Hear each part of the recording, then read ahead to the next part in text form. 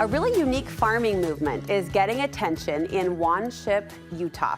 Lynsey Gammon is the farm director at Gracie's farm, a woman-owned, woman-run, and woman-powered location. It is great to meet you and celebrate you. This is fantastic. Thank you so much. It's so nice to be here. So how did the farm come about? So the Gracie's farm is a part of the lodge at Blue Sky. So when the Phillips family, Mike and Barb Phillips, are the owners of that property, and when they decided to do this whole project, they really wanted to kind of create a love of the land and create like a connection with the land. And so farming kind of became that avenue in one of the ways so that we could connect guests and locals and community members with the land and responsible use of the land. And did you set out to have an all-female team, or did it sort of take shape that way organically? No pun intended. Totally organically, okay. Actually.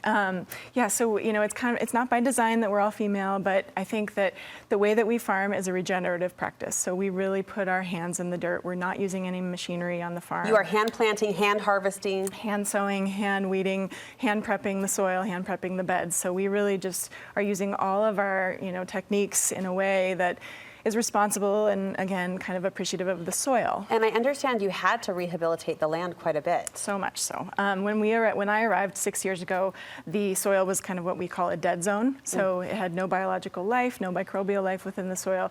It was hard as a rock. And so I spent that entire first year of the season actually just rehabbing that soil and opening it up. Which must have been a grind, like a frustrating grind. It was a lot of work, a lot of labor. Yeah. But now you're benefiting. But now, our soil is so prolific and productive that we're growing, hundreds of pounds of food every single week. That's amazing. Yeah. If I can ask and circle back to the all-female notion for 1 minute, how are women changing the farming landscape? It's a really cool movement that I'm starting to see more and more.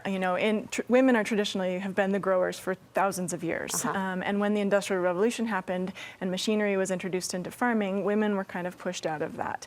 And now we're starting to see these small farm movements coming back where people are using less machinery, more of their hands, and women are kind of coming back in droves and doing these small farms and market gardens. And so my team is just an example of one of those, and I'm so lucky to have them. And how big is this surge? How far-reaching is this movement? We can celebrate it here in what you're doing, but is it extending? I'm not sure of all of the farms that are female-owned, but lots of farms are female-owned, but maybe not have all-female teams. So I feel very unique in that way. Awesome. And we attract a young, cool, interesting women kind of base, and they're a great team. Oh, that's fun. Well, you farm at a high elevation, so I know growing season is a little bit different, but you have 5 things to keep in mind when we are looking for that fresh produce at our local farmers market. First, you say shop what's in season. We hear that, and it sometimes takes a conscious effort to practice that. Definitely, and I think a farmer's market is really the perfect example of seasonality. You're going to go to a farmer's market and you're going to see what the farmers are growing. They can't grow tomatoes in the middle of January unless you're using a heated greenhouse.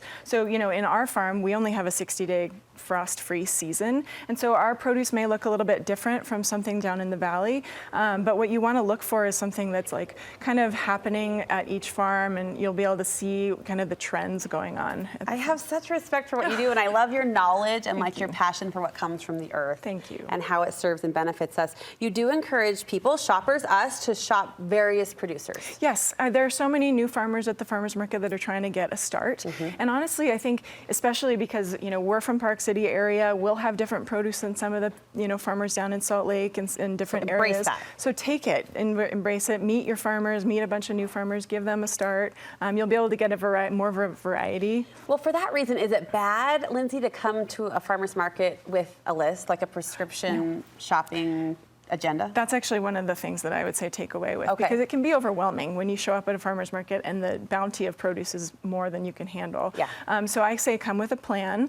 Obviously, if you see something that interests you, take advantage of it. Be open. But you can actually do almost your entire shopping like at a farmer's market if you come with a plan, and then you won't also be overwhelmed by how much food you have in your fridge that you may not use later on. Smaller batch shopping. Exactly. You want us to look for the bounty? What do you mean by that? So looking for the bounty. If you walk through the farmer's market and you see peaches and peaches and peaches and peaches everywhere, and there are just overflowing, that's what you should buy. Shop you should peaches. start being you should start looking Grab for some peaches. What is overflowing at these stands. Okay, and then know what you like to eat the most. That will help guide your decisions. Yeah, you don't want to buy things that your family's not going to eat. If your kids do not like green beans, maybe stay away from the green beans and go towards the tomatoes or something else. But it's always fun to try something new as well. Well, we are shaking our pom-poms at you. Thank you for telling us a little bit about what you do and for helping us appreciate the process a little bit more.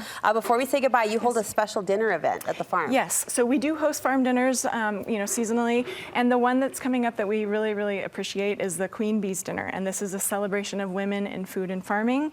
And we have a female ranch team that's bringing in some horses that we're rescuing, and to honor those horses, we'll be honoring the female farmers, a female chef, a female mixologist, the whole thing. So and it takes place in the garden, within the farm, and you'll be scenic eating. and lovely and great food and celebrating all good things. Gracie'sFarm.com is where you can go for more information.